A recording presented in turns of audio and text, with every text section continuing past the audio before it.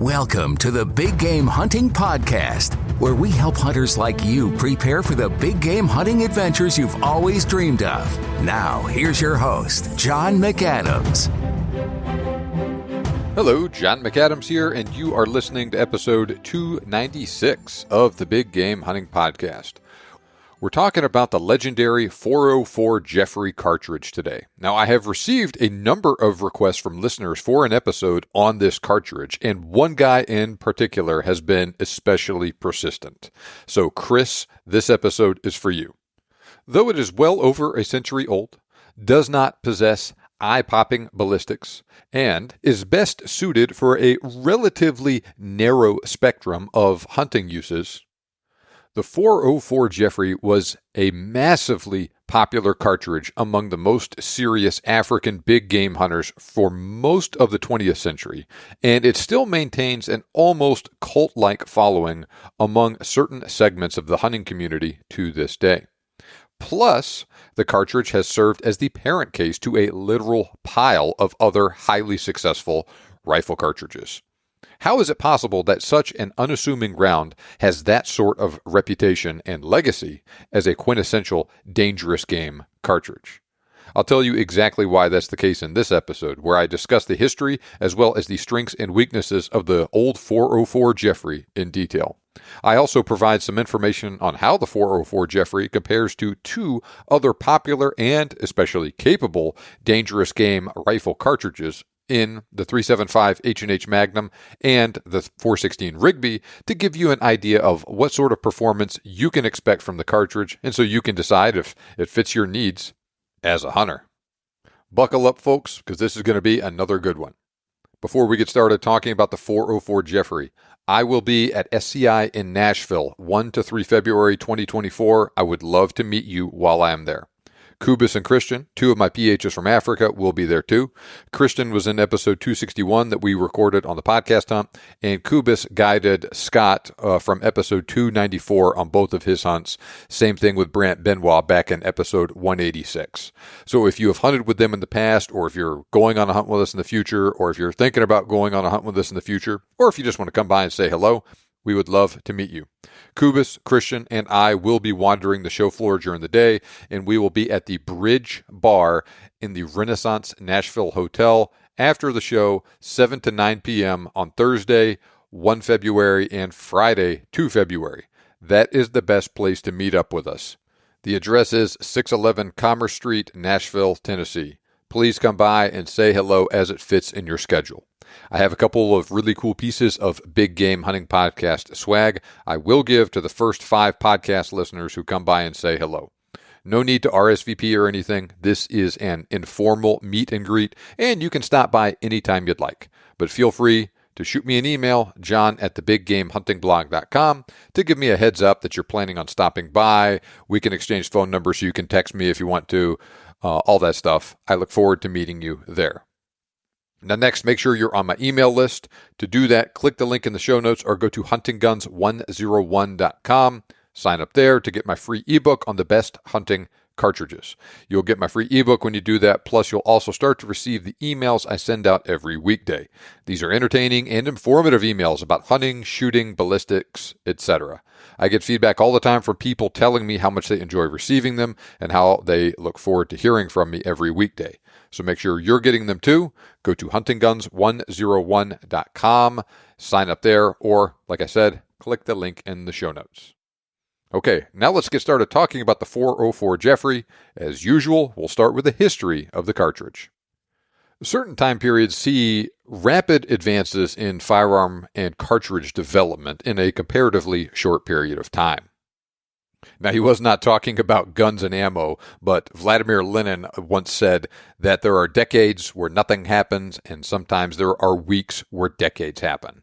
Well, one of those time periods was, say for instance, the 1950s and 1960s in the American sporting firearms market, where companies like Winchester and Remington introduced a whole slew of new cartridges. The 264 Win Mag, the 7mm Rim Mag, the 300 Win Mag, the 338 Win Mag, and the 458 Win Mag.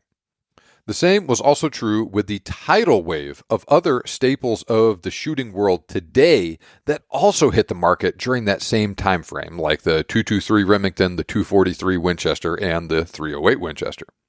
Well, the British firearms community experienced a similar flood of advancements during the early 20th century. In this particular case, those advances came as a result of two revolutionary developments. First, the major firearms and ammunition manufacturers switched from black powder over to primarily using the newer and much more powerful smokeless propellants, cordite specifically for the British. Now, since black powder firearms have a relatively low velocity limit, by modern standards especially, hunters pursuing dangerous game back then tended to use larger bore rifles firing very heavy bullets. The downside of using those rifles was that they had ferocious recoil and they were also extremely heavy. Well, the advent of smokeless propellants changed the game quite a bit. So first, cartridges using smokeless powder could fire projectiles at a much higher velocity than was the case with black powder. This in turn enabled the use of smaller diameter jacketed bullets that had much higher sectional densities and correspondingly penetrated much more reliably than the old big bore rifles. Now, big bore is a relative term here, even though we're going to be talking about a lot of cartridges that today would be considered quote-unquote big bore cartridges compared to 6.5 Creedmoor, 30-06, stuff like that. The cartridges I will be referencing in today's podcast use much smaller diameter bullets than the old traditional black powder stuff. For example, Jeffery and Company released the 400 Jeffery Nitro Express, better known as the 450-400 3-inch in 1902. This new rimmed cartridge used cordite to propel a .411 caliber 400 grain bullet at about 2,100 feet per second for just over 3,900 foot-pounds of muzzle energy. That bullet had an amazing sectional density of .338, and the 450-400 cartridge quickly earned a well-deserved reputation in Africa for being incredibly effective on thick-skinned, dangerous game. At the same time, it also recoiled much less than the bigger bore black powder cartridges I referenced earlier. In fact, hunters loved the 450-400 so much that Jeffery decided to build a rimless cartridge to deliver similar performance out of a bolt-action rifle. Now, this brings us to the next revolutionary advance in firearms technology I referenced earlier, the Mauser 98 rifle. Prior to the development of the Mauser 98, hunters in the British Empire and in Europe primarily used single-shot or double-barreled rifles. While those rifles certainly have their advantages at times, they were also pretty expensive and limited the hunter to just one or two shots before reloading. On the other hand, hunters equipped with a Mauser bolt-action rifle could fire as many as 5 shots before emptying the magazine. Plus, those rifles tended to be lighter and much less expensive than especially some of the higher-end single and double-barreled rifles that were, like I said, common in use in Europe at the time. With this in mind, Jeffery released the 404 Rimless Nitro Express, better known today as the 404 Jeffery, a few years later. Now, as a quick aside, there is some disagreement on the exact year Jeffery released the cartridge. The 17th edition Cartridges of the World says that W.J. Jeffery and Company released the cartridge in 1909. However, Phil Massaro says they released the cartridge in 1905 in his article, The 404 Jeffery, an Unsung Hero, that is also actually in that same book in a different section. I've seen other sources give 1906, 1907, or even 1910 as an official release date. I'm inclined to go with Phil here and give the nod to the fact that at least some 404 Jeffery rifles and ammo started trickling out into the market as early as 1905.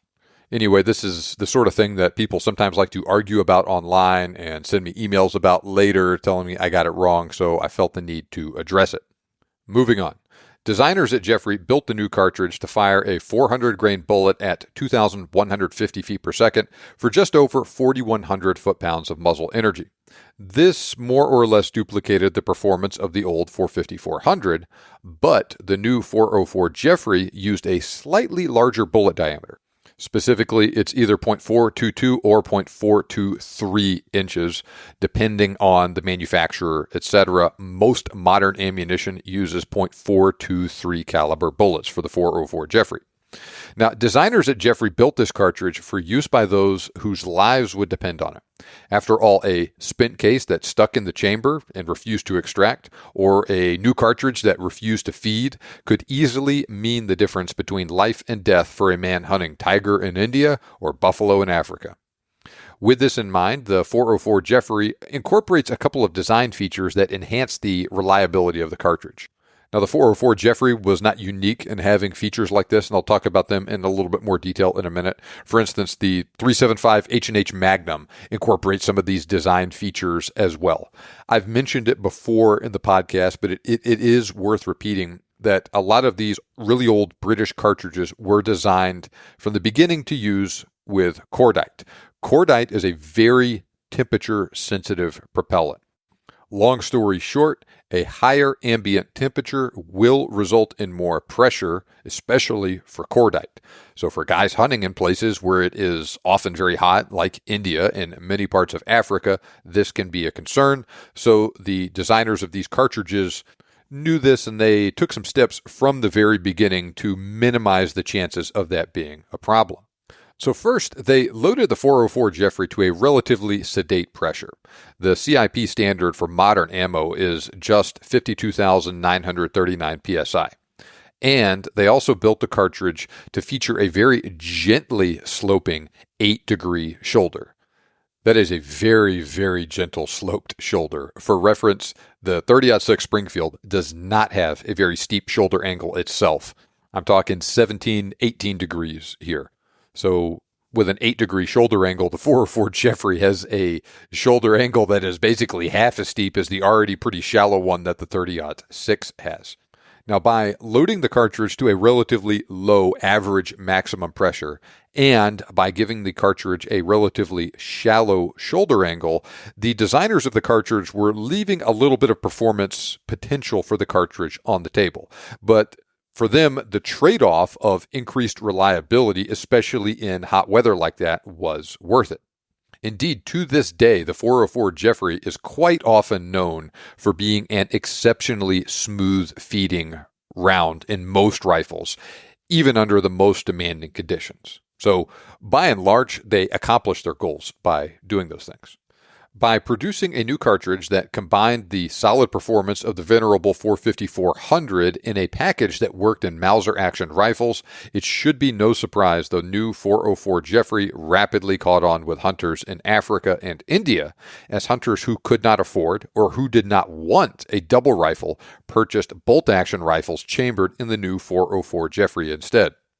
Now, though Jeffery, of course, did make rifles chambered for the new cartridge, they did not retain it as a proprietary round, like Wesley Richards did with their .425 Wesley Richards. Now, as a result, almost every rifle manufacturer of note at the time, to include noted firms like Cogswell and Harrison, Wesley Richards, and Vickers, picked up the 404 Jeffery as well. The same was also true with German companies like Mauser, and in Germany, the cartridge was known as the 10.5 by 73 millimeter. Aside from the less powerful but still surprisingly effective 9.3 by 62 millimeter Mauser, hunters desiring a bolt-action rifle suitable for use on thick-skinned, dangerous game had few alternatives to the 404 Jeffery until the 416 Rigby and 375 H&H Magnum came on the scene a few years later in 1911 and 1912, respectively. Even so, the 404 Jeffery managed to fit almost perfectly in that enough but not too much niche where it was more than powerful enough to cleanly kill even the biggest and toughest species of dangerous game on the planet, but it was also quite effective on smaller game, say the various antelope species all over the world, plains game in Africa, to include even thin-skinned dangerous game like tiger, leopard, and lion. Plus, the cartridge also did not have very bad recoil either, especially considering how effective it was on such a wide spectrum of game. Don't forget, This cartridge was also available in reasonably priced, easy to operate and maintain, and relatively lightweight and easy to carry bolt-action rifles were also important characteristics in the 404 Jeffery's favor. For instance, John Taylor relayed this anecdote about the 404 Jeffery in his book, African Rifles and Cartridges. The game warden of Tanganyika, who started his hunting career shooting buffalo for their hides in Portuguese East Africa with a rifle of this caliber, found it so entirely satisfactory that he armed all of his native game scouts in the elephant control department with Vickers 404 magazine rifles.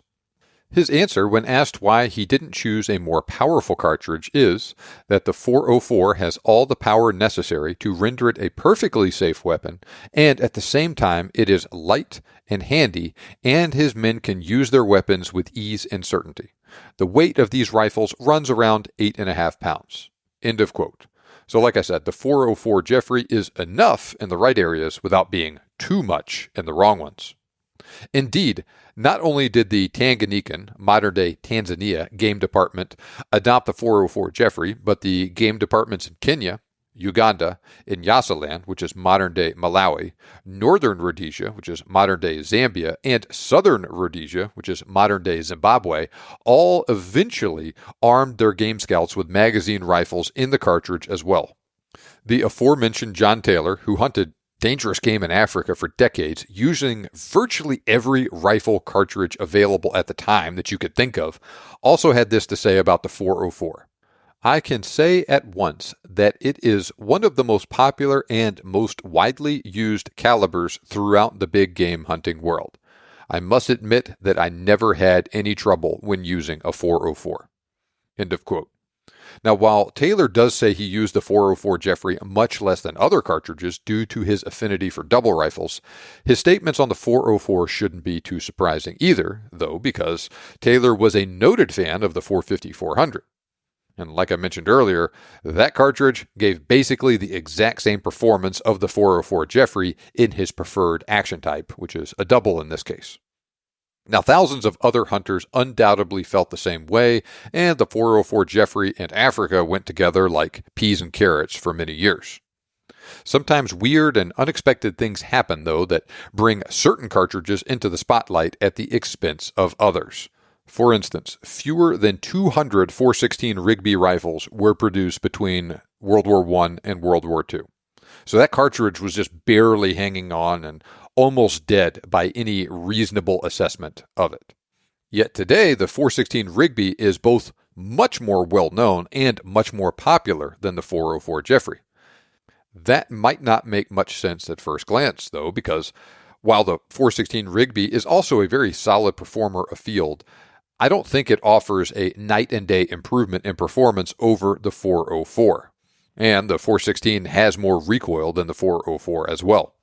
No, the 416 Rigby owes much of its fame to Robert Rourke, whose 1953 book, Horn of the Hunter, immortalized a young professional hunter in Kenya named Harry Selby.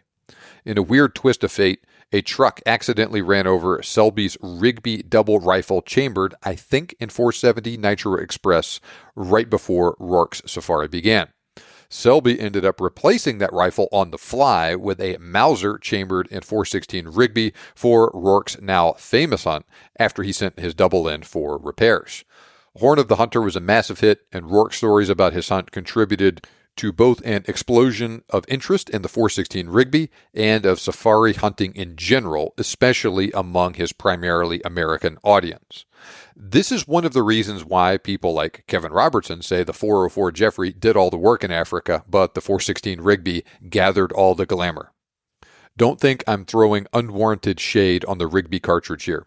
It's a wonderful cartridge. There's a lot to love about it. However, I have no doubt the 404 Jeffery would have received that attention and fame the 416 did if Selby would have replaced his double with a Mauser and 404 Jeffery instead. But he didn't, and it could very well have been that the gun store that he went to replace that rifle had one in 416 Rigby and none in 404 Jeffery, and so that's why he went with it.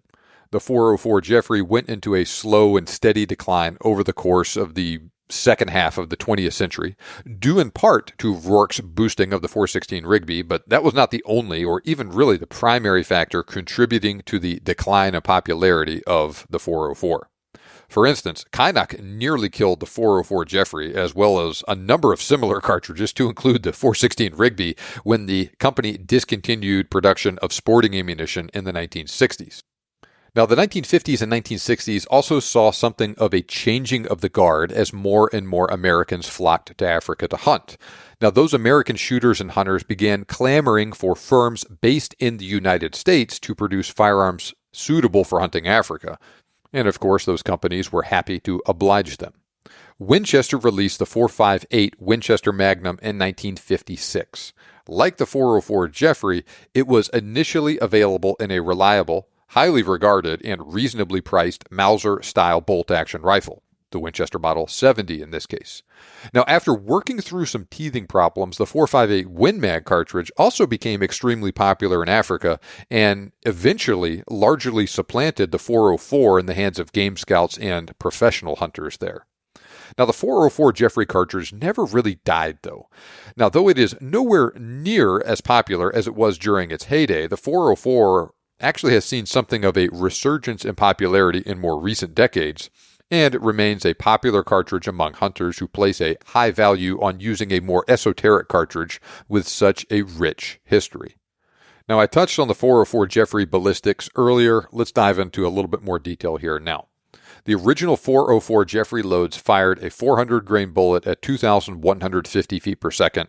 That gives you 4,104 foot-pounds of energy.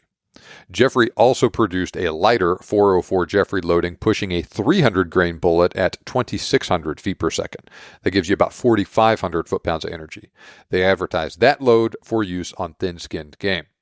Modern .404 Jeffery ammo typically pushes a 400-grain bullet at around 2,300 feet per second, so almost 4,700 foot-pounds of energy with that one. There are only a handful of companies that produce .404 Jeffery ammo today, but Hornady, Norma, and Swift all do. The same is also true with smaller boutique manufacturers like Hendershots. I have to tell you, though, this is really one of the weakest parts of the cartridge right now if you're thinking about buying a .404 Jeffery rifle. That ammo is extremely difficult to find, and when you find it, it is incredibly expensive, almost obscenely expensive. So if you're thinking about buying a rifle in .404 Jeffery, take a hard look at what ammo supplies are like before you pull the trigger on it. Otherwise, you could be committing yourself to a difficult and very expensive process of feeding that beast right now.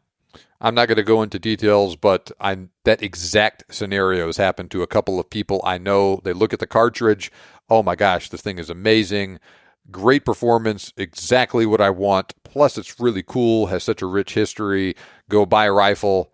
Oh my God, ammo is so expensive and I can't find it. Geez, I wish I maybe would have considered something else instead. So keep that in mind. Hopefully that situation will improve going forward. I'm recording this episode in early 2024, so maybe in a couple of years the situation will be much improved. But the .404 Jeffery was a cartridge that was hit hard by the ammo shortage, where it was not quite popular enough for the big ammo manufacturers to dedicate a significant amount of production to fill the need for it, but it was also just popular enough that people are snapping up ammo for the .404 whenever they can find it. And so that puts us in the situation that we are in right now. Now, if you're a hand loader, things are a little bit better, but it's still difficult. Components are out there, but they're also hard to find, and they're also expensive. Barnes produces .423 caliber, 400 grain TSX and banded solids for the cartridge. Nosler also produces a 400 grain Safari solid for the cartridge as well, but not a partition. Woodley currently lists 350 grain, 400 grain, and 450 grain softs and full metal jackets in .422 caliber on their website. They also produce a 400 grain hydrostatically stabilized solid for the cartridge. That's a mouthful. Going back to factory ammo, Hornady offers the .404 Jeffery in their Dangerous Game series of ammunition with a 400 grain DGS and DGX bonded bullet, fired advertised velocity 2,300 feet per second. Swift produces it in their high-grade ammunition loaded with 400 grain A-frame and breakaway solids. Both of those loads have a little bit different muzzle velocities, but both around 2350 feet per second. All four of those loads produce between 4,500 and 5,000 foot-pounds of energy at the muzzle. That is more than adequate for hunting even the largest and toughest species of dangerous game on the planet. That level of performance puts the 404 Jeffery right in between the 375 H&H Magnum and the 416 Rigby in terms of power and recoil. Going into more detail here, Hornady also produces 375 H&H and 416 Rigby ammunition in their dangerous game lineup, firing 300 grain bullets at 2,530 feet per second. That is 4,263 foot-pounds of energy, and 400 grain bullets at 2,415 feet per second, 5,180 foot-pounds of energy, respectively. So 300 grain at 2,530 for the 375, 400 grain at 2,415 for the 416. Hornady's 404 Jeffery load, remember, 400 grain bullet at 2,300 feet per second for 4,697 foot-pounds of muzzle energy, has about 10% more muzzle energy than the 375 and about 10% less muzzle energy than the 416 Rigby. When fired from a 10-pound rifle, those loads from the 375, 404, and 416 deliver about 39, 56, and 64 foot-pounds of free recoil energy, respectively. So once again, 404 Jeffery right in the middle here, about 43% more recoil than the 375 and about 12% less recoil than the 416. Now, I would not go so far as to say the 404 is a light recoiling cartridge. Anything over 50 foot-pounds of free recoil energy is certainly stout, but most hunters agree that the cartridge is a lot easier on the shoulder than many other cartridges popular for dangerous game hunting in its class. Now, I think it was episode 206, Kevin Robertson and I were talking about quote-unquote classic Africa hunting cartridges. And we talked at length about the 450-400 in that episode, where it was delivering just amazing performance with excellent muzzle energy, excellent momentum, very manageable recoil. Well, we're right there with it with the 404 Jeffery. Almost anything that you could say about the 450-400, the 404 Jeffery gives you, but it works in a bolt-action rifle instead of a double rifle. And yes, it does have quite a bit more recoil than the 375 H&H, but it's also a more powerful cartridge firing larger diameter bullets. Specifically, the .423 caliber bullets used by the 404 Jeffery have about 27% more frontal surface area than those used by the 375 H&H, and they have about 3% more frontal surface area than those used by the 416. Those larger diameter bullets are something of a double-edged sword. On one hand, those larger diameter bullets make a bigger hole, cause more tissue damage, and result in more blood loss. This is especially apparent when you're comparing the 375 H&H to the 404 Jeffery. I would say the 375 H&H is an excellent all-around hunting cartridge that you can use on all kinds of game that is also adequate for use on thick-skinned, dangerous game. I think the 404 Jeffery, due to its larger diameter bullets and just the fact that it has more momentum and more muzzle energy, is a noticeably better choice, more effective on thick-skinned, dangerous game. Not to say the 375 is bad. I think the 404 Jeffery is better. Now, yes, it does have quite a bit more recoil, but the 404 Jeffery and the various 416 caliber cartridges hit with noticeably more quote-unquote authority, as Joseph von Benedict would say, because they use that larger diameter bullet that's heavier and they have more kinetic energy. On the other hand, when bullets of the same weight are compared, and 400 grain bullets are most common with both the 416 and 423 caliber bore diameters, the slightly larger diameter .423 caliber bullets the 404 Jeffery uses have a lower sectional density than the 416 caliber bullets used by the 416 Rigby and all the other 416 caliber cartridges, 416 Remington, 416 Ruger, Taylor, Weatherby, etc. Now, that is not to say the 404 Jeffery is lacking in the sectional density department. Indeed, a 423 caliber 400 grain bullet has a sectional density of .319, which is well in excess of the generally recommended minimum of .300 for hunting thick-skinned dangerous game. This handily outclasses the .305 sectional density of a 300 grain 375 caliber bullet, but it falls a little short of the .330 sectional density of a 400 grain 416 caliber bullet. Now, for reference, the .411 caliber 400 grain bullets used by the old 450-400 have an even more impressive sectional density of .338. Now, I could not tell you why Jeffery decided to use a different bore diameter with the 404 Jeffery from the 450-400. There's no real reason that I know of why they would have had to use different caliber bullets like that if they wanted to more or less duplicate the performance of the 450-400 in a magazine rifle. In fact, there's actually lots of other examples of companies making very similar cartridges like that, one for use in a double, one for use in a magazine rifle. The 375 flange and the 375 H&H were similar. The 9.3 by 62 and the 9.3 by 74R were similar in that regard as well.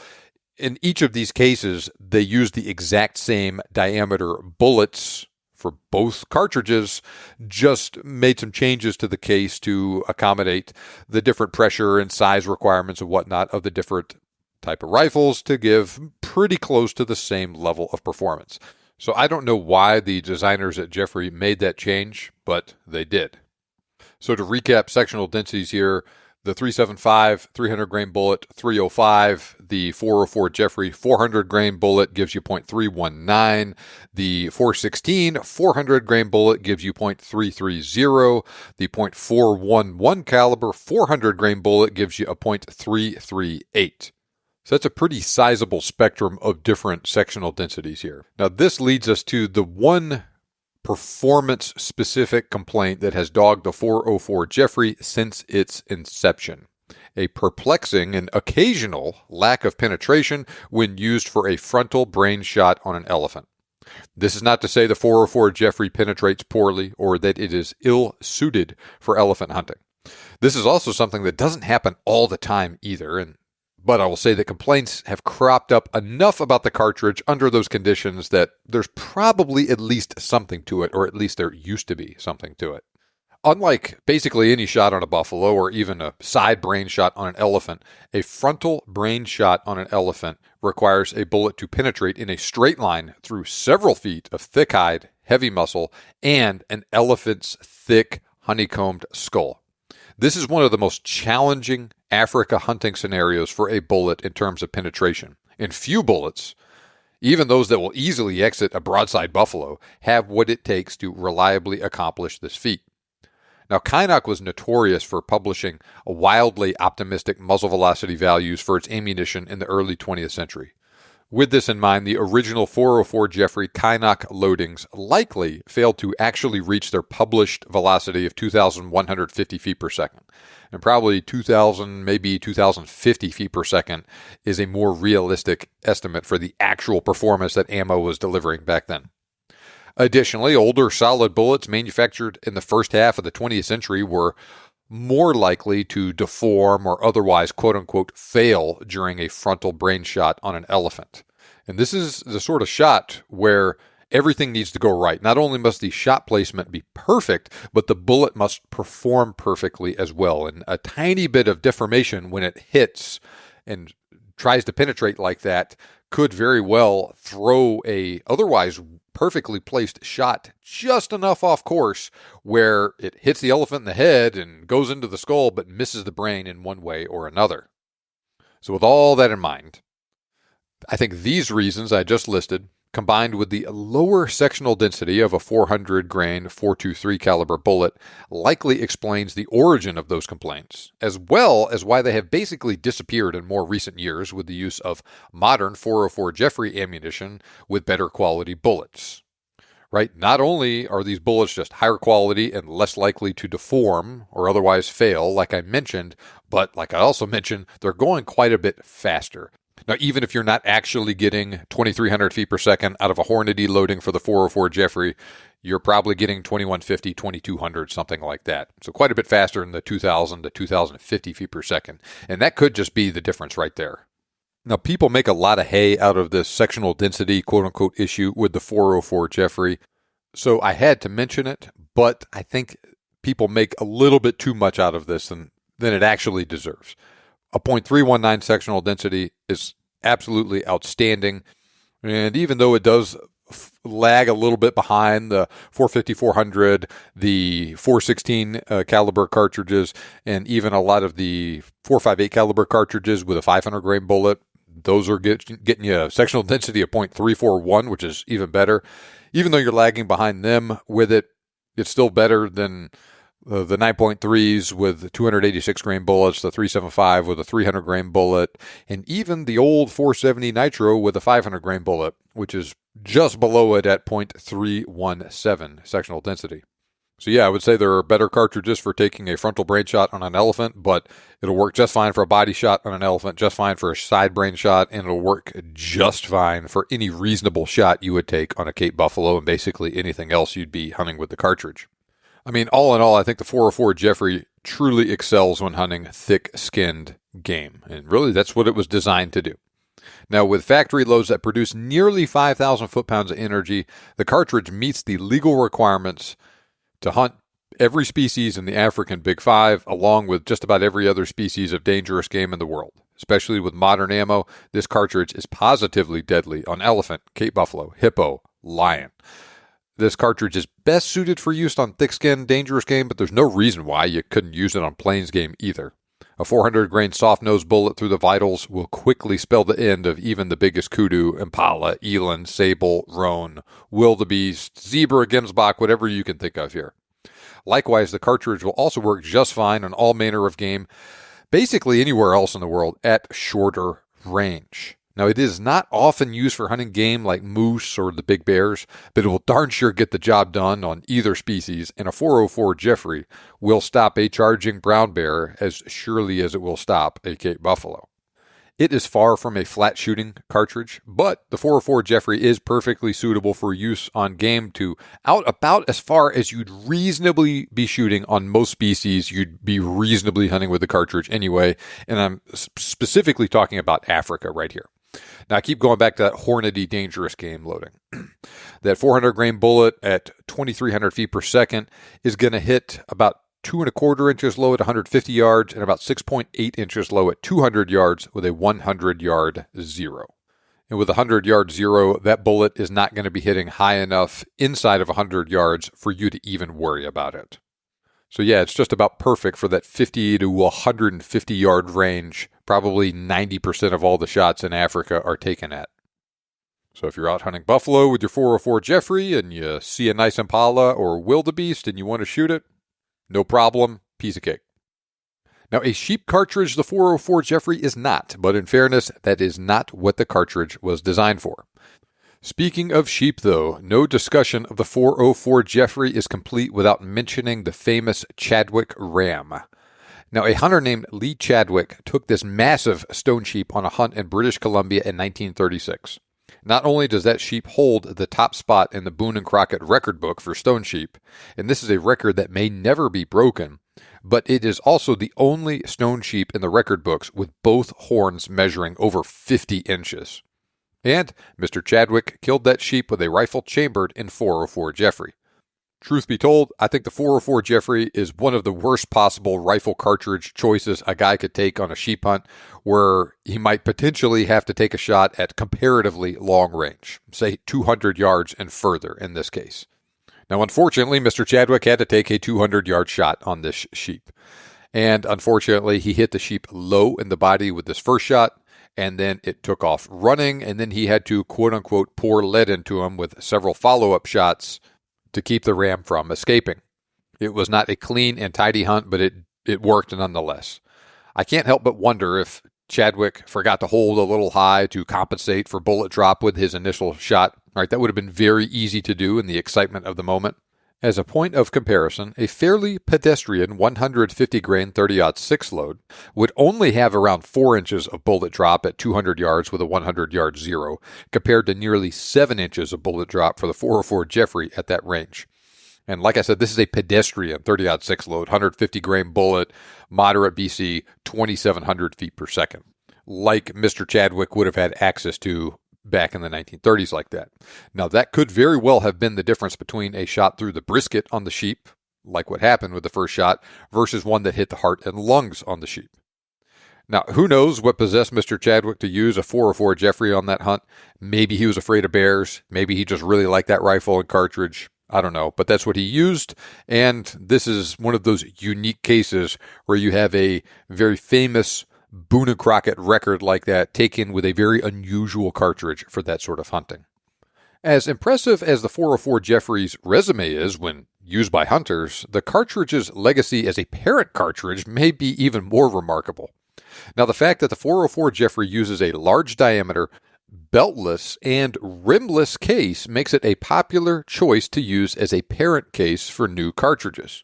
Once again, it sits right in that big enough but not too big category, where it provides a larger diameter case with more capacity than the 375 H&H Magnum, but the case is just small enough to use in most rifles without requiring a larger Ultra Magnum size bolt face like the 416 Rigby does.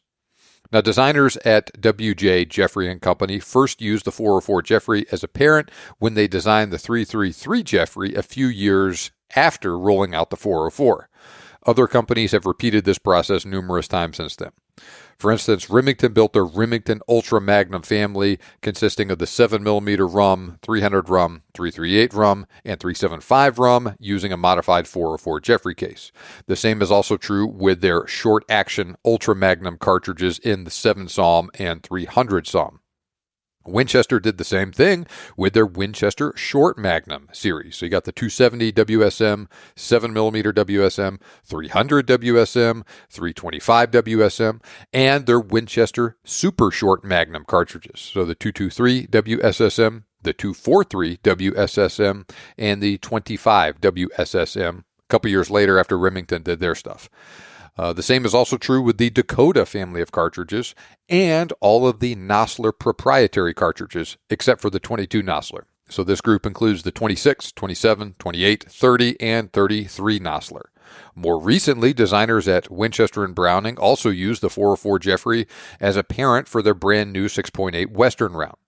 Now, each cartridge has its own specific flavor, but if they didn't actually use a 404 Jeffery case, were at least inspired by the 404 Jeffery case. I mean, you look at those cases side by side with a 404 Jeffery case, they are very, very similar. But in each case, each cartridge was a very unique twist combining some specific combination of a rebated rim, or not, a steeper shoulder, varying case lengths, different shoulder locations, and various bullet diameters to deliver the different performance characteristics each of those cartridges I just mentioned provides.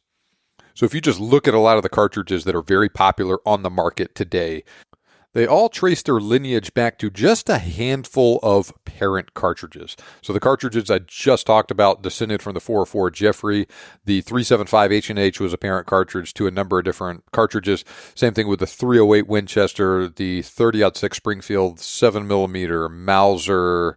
And then there are a couple of newer, more uniquely designed cartridges, say like the 375 Ruger and the 30 Thompson Center that, like I said, designed more recently, and they have some other cartridges like the 6.5 Creedmoor and the precision rifle cartridges descended from them. But it's not a very big family tree, and they all kind of trace their lineage back to just a couple of very specific spots on it. And the 404 Jeffery accounts for some pretty noted entries on that family tree. As I talk about this sounds like it would actually make a pretty interesting future podcast episode describing the lineage and family tree of a lot of the real popular cartridges in a little bit more detail in the future. Email me, john@thebiggamehuntingblog.com, if you want to hear something like that in the future. Moving on from that, let's wrap up things with the 404 Jeffery. It nearly died in the mid-20th century, but the old 404 Jeffery is still hanging around, and it still retains a very special place in the hearts of many hunters who appreciate the reliable and capable, yet often understated performance of the cartridge in a dangerous game rifle. Heck, many of those hunters likely love the 404 Jeffery, at least in part, because it is unique and underrated. It is not perfect, but it does have a proven track record of over 100 years of excellent performance in the field on the largest, toughest, and most dangerous species of game in the world. Combine that with the further legacy of the cartridge spread on through the many highly capable cartridges descended from it, and the 404 Jeffery definitely deserves a special and highly respected spot in the pantheon of rifle cartridges. As usual, I have written a really detailed article about the 404 Jeffery for the Big Game Hunting blog, and I have put a link to that article in the show notes if you want to check it out. Same is true for episodes and articles featuring the other cartridges I mentioned this episode too, like the 375, 416 Rigby, 6.8 Western, 28 Nosler, etc. And do not forget to stop by and say hello to Kubis, Christian, and I at the Bridge Bar in the Renaissance Nashville Hotel after the Safari Club International Show, 7 to 9 p.m., Thursday 1 February and Friday 2 February. As I record this, we do still have a couple of openings left for African safari hunts during 2024 in March, September, October, and early November. We are also booking for 2025 at this moment too, have availability for most months then. If you book, you'll be hunting with Kubis, Christian, and or Johan in the exact same area where Scott talked about hunting in episode 294. I will also be available to you to answer your questions, sort out logistics, and just do everything possible to ensure your mind is at ease and that you have a fun trip. You can hunt plains game, you can hunt buffalo, you can hunt both if you'd like. You can hunt them both with a 404 Jeffery if you want to. It'll be a great choice. Email me, john@thebiggamehuntingblog.com, or visit bestsafarihunt.com to learn a little bit more about our hunts. Make sure you state that you are a podcast listener when you contact me, and I will give you a special bonus. Remember, you can make your dream hunt turn into a reality, and we can help. Thanks for listening. We'll see you back here next time on the Big Game Hunting Podcast.